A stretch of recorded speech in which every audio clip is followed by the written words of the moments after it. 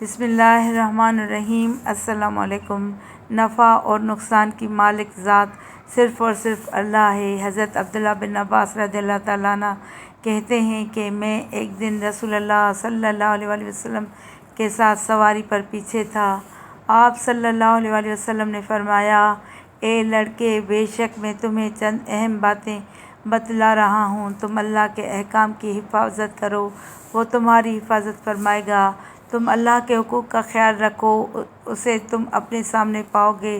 جب تم کوئی چیز مانگو تو صرف اللہ سے مانگو، جب تم مدد چاہو تو صرف اللہ سے مدد طلب کرو، اور یہ بات جان لو کہ اگر ساری امت بھی جمع ہو کر تمہیں کچھ نفع پہنچانا چاہے تو وہ تمہیں اس سے زیادہ کچھ بھی نفع نہیں پہنچا سکتی جو اللہ نے تمہارے لیے لکھ دیا ہے، اور اگر وہ تمہیں کچھ نقصان پہنچانے کے لیے جمع ہو جائیں تو اس سے زیادہ کچھ نقصان نہیں پہنچا سکتی جو اللہ نے تمہارے لیے لکھ دیا ہے۔ قلم اٹھا لیے گئے اور تقدیر کے صحیفے خشک ہو گئے ہیں۔ صلو علی الحبیب صلی اللہ تعالیٰ علی محمد صلی اللہ علیہ وآلہ وسلم۔ ویڈیو کو لائک کر کے چینل کو سبسکرائب کریں اور گھنٹی کے نشان کو دبائیں تاکہ میری آنے والی ہر نئی ویڈیو کا نوٹیفیکیشن آپ کو سب سے پہلے ملے۔